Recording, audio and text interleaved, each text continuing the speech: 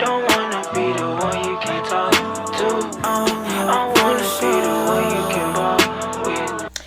Hey dollies, it's Ken K for Bougie Bay, and I'm back with another reaction.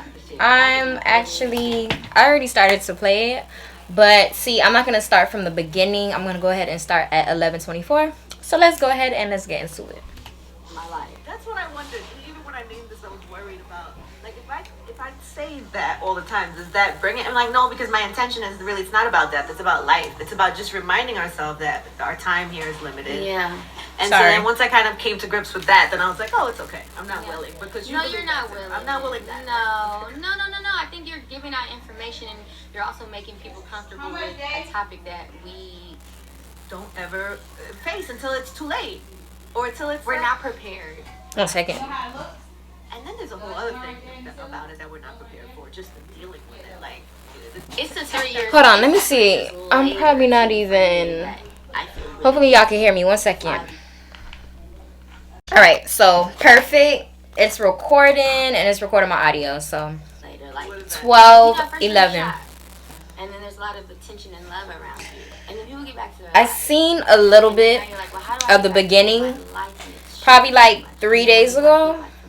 So now I'm back to a thorough sit down reaction of this because I didn't watch the whole thing. I'm gonna watch a little bit. I'm not gonna watch the whole thing because this is like an hour almost. So. Who is talking bad not about the same. you? Anybody. No. Anybody. No one did anything. But you know what I mean? They're like, oh. Because do you feel like there's an army of people out here that want to protect you? I do. Yeah, I feel like people do. Like you said, who did it right now? I feel know. like there would be an army of people that would show up for you. That makes me feel good inside. You do, right? I didn't always feel like that. Yeah. I feel like you are definitely, people want to protect you and people want to like show you love. Even when I say I'm talking to Lauren, they're like, oh God, how's she doing? See? Everybody's like, there's like a soft, like, I don't know, there's like maybe a because people knew I was on my way out. I was feeling like, I don't know. No, I did think about you a lot though during those times and prayed for you a lot. So in the beginning, I noticed that Angie did say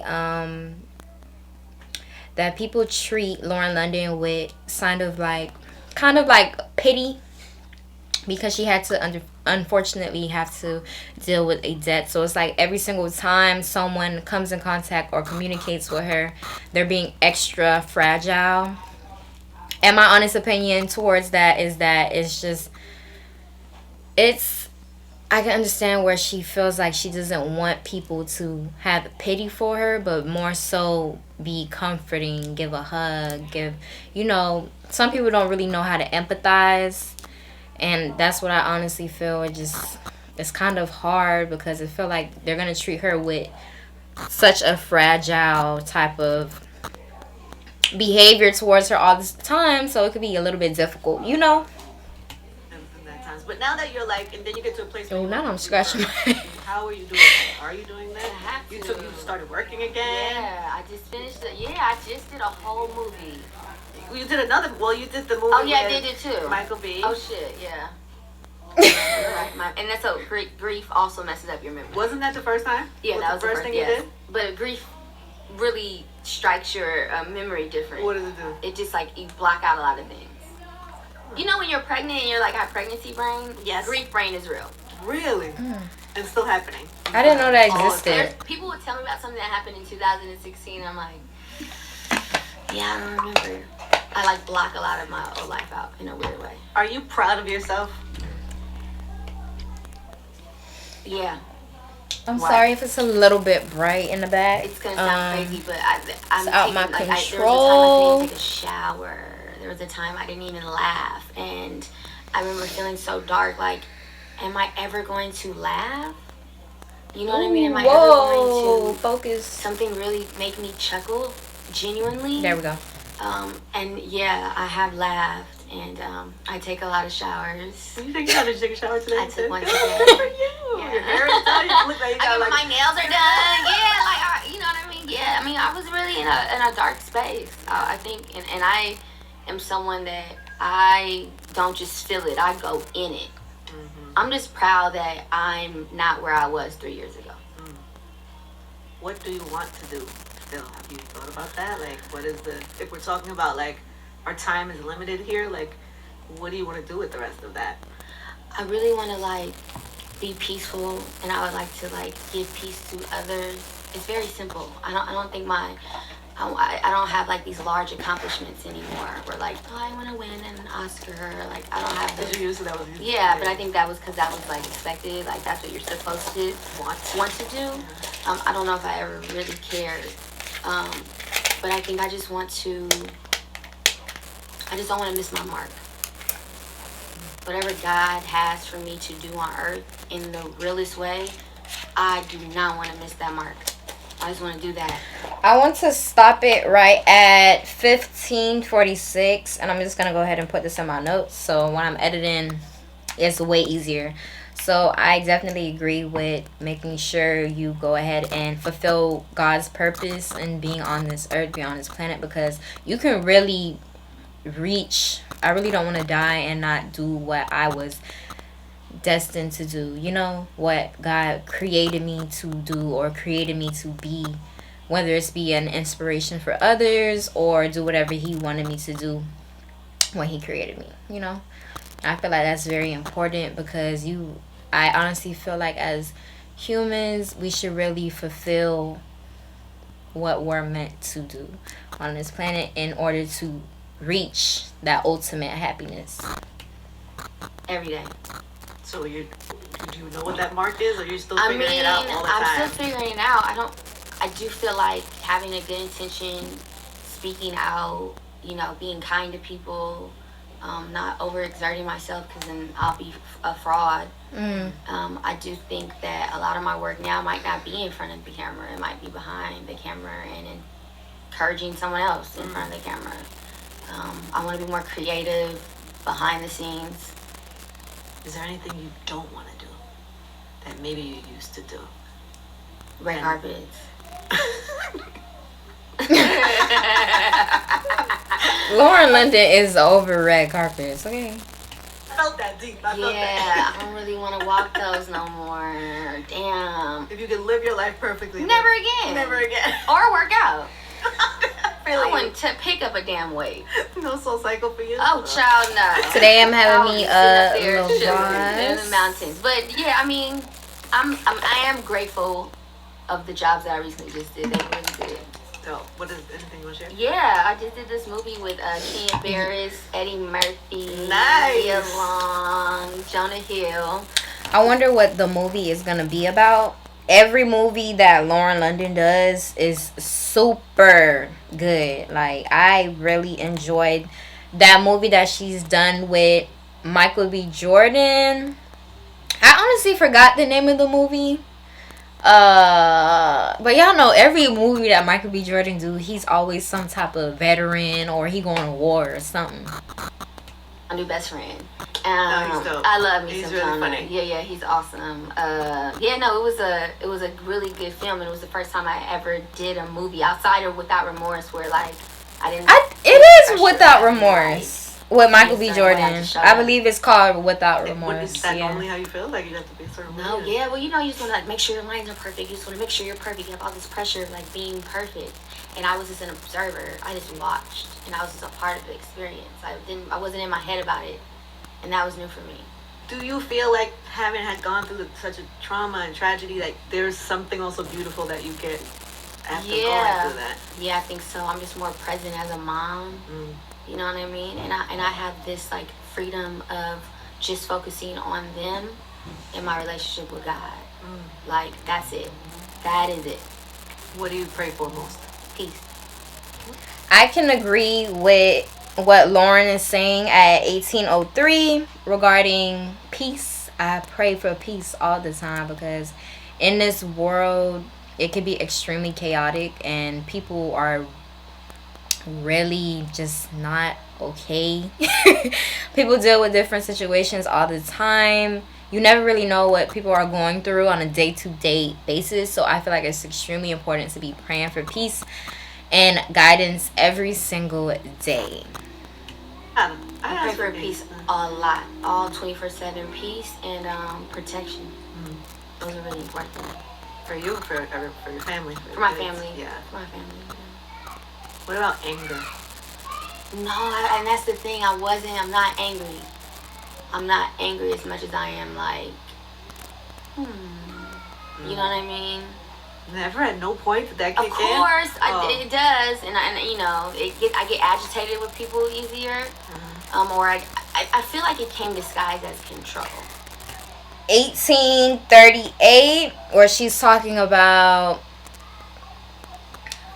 Angie really pointed out, do you pray for anger? So I really feel like she's really touching on, do you pray for bitterness to be gone with God? Like, ask God to remove bitterness from out of your heart, whether it be jealousy, whether it be anything of that sort. I feel like I can relate, because you really have to get me upset and annoyed for me to be extremely angry at you.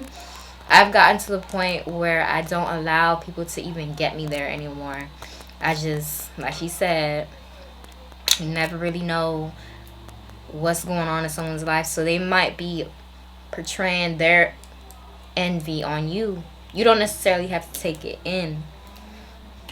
Now I have like strong control issues that I'm working through. I have to control every little thing in a weird way, because maybe I don't want to be angry Or surprised. but that could untraumatized. But that could be underneath that. Sadness clearly is anger, but it hasn't showed up how it used to. Now, what she's saying about sadness being anger, I really don't understand. I feel like sadness is a whole different emotion, and it's not tied into anger whatsoever. I used to like ready to fight. Who was you fighting? Oh my god, myself mostly, but you know what I mean. Anything, anybody, like anything would piss me off, and I'd be like, well, what were we gonna do with it? You want to fight? No, cool. Shut up. Like, you know what I mean? That was always my, instead of like talking things out, I'd be like, are we fighting? No, so shut the fuck up. You know what I mean? Your relationship too? You combative in your relationship? No, I'm not fighting in my relationship. Not physically, but... Am I combative? I think I used to have a really smart ass mouth. Yeah, I could see that. I could I totally think I was see always, I always say I'm not good for the male ego. I'm not the partner for, if you have an ego that needs to be stroked, I'm not your girl. You got the wrong chick. Because I'm giving all truth. I'm truth down. Like, not so much. You know what I mean? True. I think I'm the same exact way. I am not stroking your ego, baby. It's not happening. Pipe down, pipe a down. makes me a good friend. Because it's honest, right? Yeah. I you feel know like, what I mean? I'm going to pause real. this again. I feel like Sagittarius woman, because she is a Sagittarius, I am a Sagittarius as well, and some people really take being blunt to just, some people can handle it, some people can't, but the way I deliver my messages, I make sure I'm as respectable as I can be, because I understand that people really are sensitive. Because I want you to be your highest, you know? And you're like that with your kids too, I imagine. I'm so honest with my damn kids, my poor kids. But that makes them trust me. You know what I mean? Yeah. That makes them, and that makes me trust them. How are they doing through everything? You know, theirs shows up in different ways. And I'm sure, you know, kids they internalize everything until they get in their teens. So I'm sure, you know, I'm trying my best to help them cultivate how to deal with their emotions as best as I can through therapy. And, you know, I try to be an example. So, like, they see me meditate. You know, they come with me to my spiritual retreat. They do? Yeah, you know what I mean? Because My kids would never. well, they're really young still. I'm sure Cam is Yeah. over it. Or like any type of like church or anything that I do that feeds my soul, I share with them. Because I feel like I don't know where they're going to go with their life. But as long as they have the tools on, like, you know, I remember my mom was angry or stressed. She did this. Let me try that. So I'm just, you know, they're doing great. Much better now. Thank God. Yeah. And I just love on them so hard. I can tell. So hard. They're so cute. They're so cute. But they're really dope. Like, they're really, I'm like, you guys are my favorite human beings on planet. I love that. Are they showing signs of what they want to be or what they want to do? Yeah, so Cam raps really well, but I don't know if he wants to do it because I think it comes too easy for him. Yeah. I mean, he like freestyles like crazy. Wow. And he can make his own songs, and he's really good with numbers and math, and He wants to be like a finance guy. He's like He wants to be a fighter. you know, he's like I'm gonna be. He loves numbers. That's so cute. And I think Cross just wants to be Spider-Man right now. We don't know yet. He's How old is he? Five. Five. And what do you tell them about that? Do you talk to them? 'Cause Yeah, I feel like so you don't I ever talk to kids Oh about well, I had to. I was the one who had to break the news to them. So no. yeah. So, but no one could have done that for me. I had to do that. Nobody prepared you for that. No. Even though, you know, in my previous years, I went to a seminar about death. Okay, you have to talk to me. Oh You're my just telling God. me this now. I know, yeah. Please share. Why? I have a friend. Why were you there? And what did you learn? I've learned that no one really dies, and that, you know, it's just an experience in the physical form, and we're attached to our personalities, but that we're just so. So at 22:37, I'm literally saying the timestamps out loud because when I'm editing, I need this to be very quick. So I really believe in eternal life. I believe we are spiritual beings having a human experience. So therefore, when you die, your spirit lives on forever. Therefore, you will never die. But we're all gonna die. Saying that we continue and continue and continue, and if you have a spiritual relationship with someone on earth, you will have one with them when you leave earth. So I did this like 2-day seminar on death. So And this was how long ago? I had to be like 25. What sent you there? Um, Do you find that weird though? I'm weird. No, it's not weird that you would go. It's almost like you were preparing yourself for what you would have to Well, deal I told with. you I didn't have such a connection to earth at a young age. I know, but you don't find that as like you were preparing yourself for what you were going to have to deal with. Well, that we're all gonna have to deal with. That's true. All right, very well. That's a solid point, Lauren. You know what I mean? Solid It's not point. just me. Like we You're all right. have to go through it. This is the point of this conversation. Right? Yes. Sorry. I forgot. Even I forget sometimes. This is going to happen to every single human. All right, y'all. I'm about to wrap this up. I'm gonna go for at least like 5 more minutes. I'm gonna give you guys 5 more minutes. Watch me. So if it's something, I love truth. So I think I'm telling you, I did a lot of like spiritual work as a young girl because I had a pretty traumatic. 23:47. My spiritual work began at the age of 21. Lots of meditation, lots of scripting, lots of all these things, and it allows me to connect with my spiritual being and to be one and to be aligned with my divine path and my inner being. Childhood that I needed to get some Recording. peace. Now, But it's this is my okay. I can edit you second out. trauma. This is my second quest for deeper spiritual understanding. So now I was like reading all the books, but now I'm applying all the books. So yeah, I did this seminar. I went to this conference with a friend of mine who actually is an intuitive. And it gave me a better concept of it. It didn't totally prepare me, because I don't think anything can really prepare you for that. But it gave me language to talk to my kids about. So I say the words transitioned, and you know, I always say that, like, you know, Daddy is everywhere, and you know, He feels us, we feel Him, and anytime there's something you want to say, you might not hear Him, but you'll feel it and follow that guidance. 1 second, y'all. And write letters and talk to Him, or you know, stuff like that. Do you feel like empathetic to other people who kind of go through things now in Hell a different yeah. way? I consider myself to be like a super empathetic, empath. Like, Yeah. almost that I have to work on it to. So that, Yeah. Because I feel sometimes a little too much for people. But that's your power, and if you calm it down, then your intuition won't be so high. So don't calm it down. Yeah, but My it doesn't really intuition is serve or- extremely high. That's one thing about it. Listen, if 3 people in the room are down, Yeah, does it serve for you to go down with them? No, you don't have to go Doesn't. down with them, but that's really good. You're an empath. Because that means you're really intuitive. I think we should all be empathetic. Yeah, but some of us aren't that touched with other people's energy because we're too much in our own. But you don't think consuming other people's energy could sometimes not be? Well, you have to learn to like. Well, this is let what I'm it go. working Yeah, on. okay, got it. I can't. You know, my friend is like going through. I can't go down with you. Like, I have to be able to hear you and then go have my day. That's your Otherwise, practice then. It's so hard. Yeah. See, I don't have that issue. Oh, I okay. wish I did. No, you don't. I mean, of course I have like Don't wish compassion. for any issues. By No, the but way. I mean, I wish that I guess I am, and I guess I am. I do pick up my energy really well, but I do know how to shake other people's energy off fast. That's good. For me, it takes me a little minute, I'm not even gonna lie, to shake other people's energy off. And being that I feel a lot for people, I end up putting myself in their shoes a little bit too much, to the point where it brings me down with them.